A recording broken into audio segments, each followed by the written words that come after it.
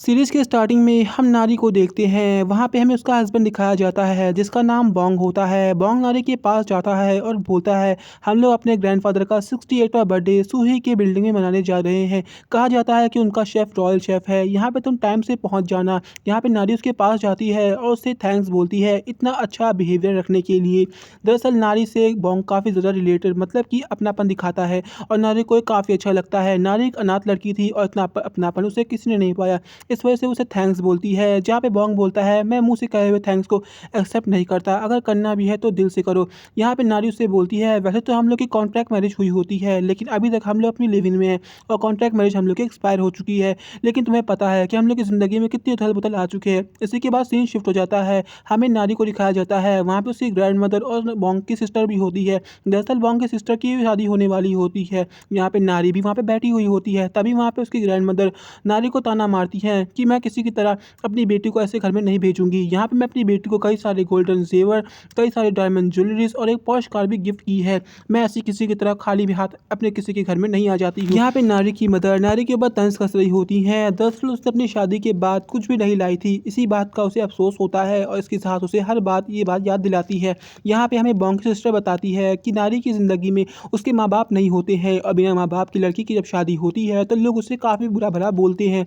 इसीलिए आपको अच्छा ये होगा कि आप शादी ही ना करें। यहाँ पे नारी को काफ़ी ज़्यादा अपसेट फ़ील होता है। तभी यहाँ पे नारी की जो डॉटर होती है मतलब मुँह बोली डॉटर होती है, वो बोलती है नारी ज़िंदगी भर अकेली रही है। इसी वजह से उसे लोगों का आशीर्वाद देना काफ़ी अच्छा लगता है। प्लीज़ आप ऐसी बातें उसके लिए ना बोलिए। लेकिन यहाँ पे उसकी ग्रैंडमदर उसे और तंज़ कसने लगती है।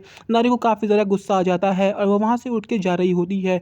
तभी वहाँ पे उसकी जो सिस्टर होती है वो उसे रोक लेती है। कहती है जो भी कुछ हो चुका है हो जाने दीजिए मॉम, अब तो ये हम लोग की फैमिली मेंबर है।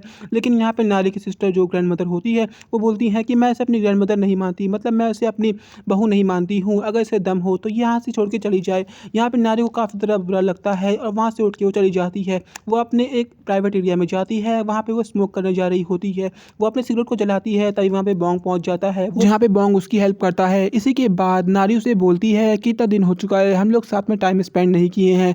यहाँ पे लोग अपनी पुरानी बातों को याद करने लगते हैं। दरअसल नारी और बोंग एक कॉलेज में साथ में पढ़ा करते थे और यहीं से ये लोग मिले हुए होते हैं। इन बातों को याद करते करते रात बीत जाती है। नेक्स्ट डे हमें नारी को दिखाया जाता है जो कि ऑफिस के लिए रेडी हो रही होती है। इस तरह बीच बॉम्ब आ जाता है जो कि उसके पास जाके उसे टच कर रहा होता है। वो उसके साथ फ्लर्टिंग करने की कोशिश कर रहा होता है और उसे बोलता है तुम काफ़ी ज़्यादा खूबसूरत लग रही हो। नारी उसकी बॉडी को छूती है और बोलती है तुम भी काफ़ी ज़्यादा हैंडसम लग रहे हो। इसी बीच बॉन्ग बोलता है कि देखो तुम मुझे टच कर सकती हो, इसके लिए मैं तुम्हें कोई फीस नहीं चार्ज करूँगा। नारी बोलती है देखो मेरा भी मन तो है लेकिन अभी ऑफिस का टाइम हो चुका है। बॉन्ग बोलता है तुम आज ऑफिस से छुट्टी ले लो। नारी बोलती है देखो अभी हम लोग सर्वाइव मोड पे जा सकते हैं क्योंकि हम लोग के आगे पीछे ऐसा कोई नहीं है जो हम लोग को पैसे कमा के दे, इस वजह से मुझे मेहनत करनी पड़ेगी जिसकी वजह से हम लोग अच्छी ज़िंदगी को जी सके। और यहाँ पे वहाँ से वो चली जाती है। हमें अपनी उस ऑफिस की कलीग दिखाई जाती है जो उसे खुशी से उसके पास आ रही होती है, वो उसे शाबाशी देने आ रही होती है। दरअसल नारी ने एक प्रेजेंटेशन तैयार की होती है जिसे बॉस ने काफ़ी अच्छा अप्रूवल दिया होता है और इसके बदले वो नारी को बोनस भी देंगी। वैसे नारी के पास पैसों की थोड़ी सी दिक्कत होती है और ये बोनस पाने के बाद उसकी प्रॉब्लम सॉल्व हो सकती है, इस वजह से अपनी कलीग को ट्रीट दे रही होती है।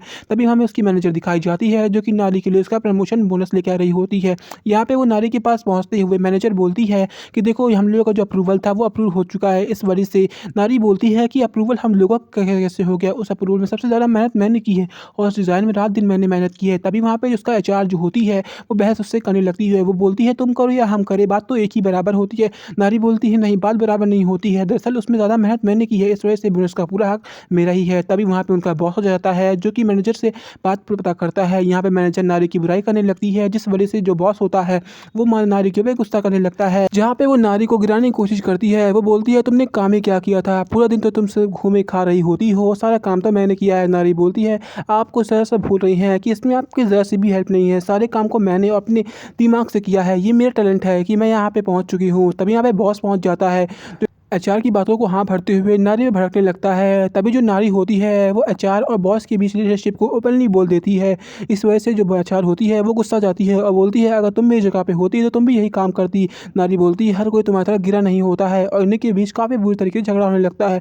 बॉस यहाँ पे आके नारी को चिल्लाने लगता है और उसे बुरा भला बोलने लगता है और उसका जो प्रमोशन होता है वो भी रोक देता है और उसका बोनस भी रख लेता है और बोलता है तुम्हारी इतनी ज़रूरत मैं तुम्हें इस कंपनी से निकाल भी सकता हूँ। तभी हमारा मेन लीड पहुँच जाता है जो कि नारी की सारी लेते हुए सारे मामले को सॉल्व करता है और बॉस को चिल्लाने लगता है। बोलता है, मैं इस कंपनी का नया सीईओ हूँ और तुम जानते हो अंदर की बातें मैं तुम्हारी सब जान रहा हूँ, तो तुम्हें कुछ साफ करने की ज़रूरत तो है नहीं।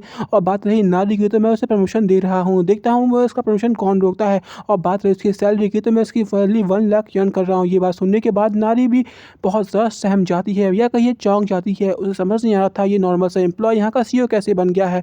तभी यहाँ पे जो बॉस होता है वो उसे मनाने जा रहा होता है, मतलब यहाँ के नए सीईओ को मनाने जा रहा होता है। और जो मैनेजर होता है उसे डांटने लगता है। वो कहता है कि तुम्हारी सारी गलती थी, जो भी कुछ हुआ है और बॉस जो मुझसे रूठ गए हैं इसकी जिम्मेदार तुम हो। तभी यहाँ पे जो मैनेजर होती है वो या कहीं एचआर होती है वो उसे रोक रही होती है, कहती है कि जो भी कुछ होगा साथ में निपट लिया जाएगा। लेकिन बॉस उस पर चिल्लाने लगता है और वहाँ से चले जाता है अपने सीईओ को मनाने के लिए। लेकिन उसे रोक के नारी को अंदर ले लेता है। नारी जैसे ही अंदर आती है वो उससे बोलती है, तुम यहाँ पे कैसे पहुँच गए हो और तुम इस कंपनी के सीईओ कैसे बन गए। मैं तुम्हें जानती हूँ, तुम एक नॉर्मल कंपनी के एम्प्लॉय हो और तुम यहाँ पे आके तुम मेरे साथ क्या करने की कोशिश कर रहे हो। यहाँ पे उसके साथ वो करने की फ्लर्ट करने की कोशिश कर रहा होता है। नारी से बोलती है, प्लीज़ इस समय मेरे साथ अभी ऐसी कुछ हरकत करने की कोशिश ना करो, ये मेरी कंपनी है, अगर हमारे बारे में किसी को पता चल गया तो काफ़ी बुरी बातें फैल सकती हैं। इस वजह से इस समय मुझसे दूर रहो और मेरी बातों को साफ करो कि तुम इस कंपनी के सीईओ कैसे बन गए। यहाँ पे वो बताता है कि मैं छोटी सी कंपनी में काम किया करता था, लेकिन इस समय मेरी कंपनी ने मुझे प्रमोशन दे दिया है, जिस वजह से मैं यहाँ का सीईओ बन चुका हूँ।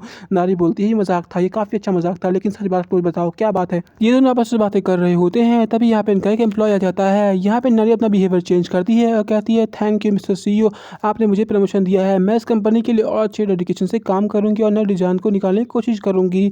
तभी यहाँ पे वहाँ से चली जाती है और हमारा मेन सीईओ उसे देख रहा होता है। कहता है, कोई बात नहीं, कम से कम मैं नारी के पास तो रह पाऊँगा। उसे देख रही होता है। इसी बार सीन शिफ्ट हो जाता है। हमें 2 कोलीग्स दिखाई जाती हैं जो कि नए सीईओ की तारीफ़ कर रही होती हैं। वो बोलती है वो नए सीईओ कितने हैंडसम हैं। वो जहाँ भी जाते हैं लड़की उनको देख रही होती है। मैं उसके साथ एक प्रेजेंटेशन में गई थी, वहाँ पे सभी लोग उनको देख रहे होते हैं। उनकी पर्सनैलिटी इतनी अच्छी है। वो बोलती है, हाँ, उनकी पर्सनैलिटी तो काफ़ी अच्छी है और अंदर से इतनी अच्छी फिज़िक होगी, ये बात भी हम लोग को देखनी चाहिए। यहाँ पे ये लोग आपस में बात कर रहे होते हैं। तभी हमें नारी दिखाई जाती है जो कि उनके बारे में सुन लेती है। बोलने काफ़ी बुरा-भला बोलने लगती है। बोलती है कि तुम नए सीईओ के बारे में ऐसे कैसे बात कर सकती हो और आइंदा से ये सब बातें बिल्कुल मत करना, क्योंकि हमारे ऑफ़िस में हम लोग काम करने आते हैं, ऐसे सीईओ के बारे में बात करने तो नहीं आते हैं। यहाँ पे नारी उनकी नई सब मैनेजर होती है, इस वजह से उन पे डाँट भी कर सकती थी। तभी उसकी जो कोलीग्स होती है वो उस पे भड़क जाती है और कहती है, हम लोग यहाँ पे काम करते हैं, तुम्हारी चमचागिरी नहीं करती है, इस वजह जिसका जो मन करेगा वहाँ पे बोलेगा। नारी को काफ़ी ज़्यादा गुस्सा आ जाता है और बोलती है, यहाँ पे कई सारी मधुमक्खियाँ भटक रही हैं, तो ये मेरे पास इतने पास क्यों आ गई हैं, चलो यहाँ से चलती है। नारी यहाँ से अपने दोस्तों के साथ चली जाती है और उसकी कोलीग समझ जाती है कि उसने बुराई की है। इस वजह से वो गुस्सा जाती है और कहती है, टाइम आने पे मैं भी इसका बदला ले लूँगी। जिसके बाद सीन शिफ्ट हो जाता है। हमें नारी को दिखाया जाता है जहाँ पे वो तैयार हो रही होती है। तभी यहाँ पे वॉन्ग पहुँच जाता है। नारी उससे बोलती है कि तुम कौन सा कपड़ा पहनोगे। वॉन्ग कहता है, मैं तुम्हें पहनना चाहूँगा और यहाँ पे इन लोग के बीच से फिर फ्लर्टिंग स्टार्ट हो जाती है।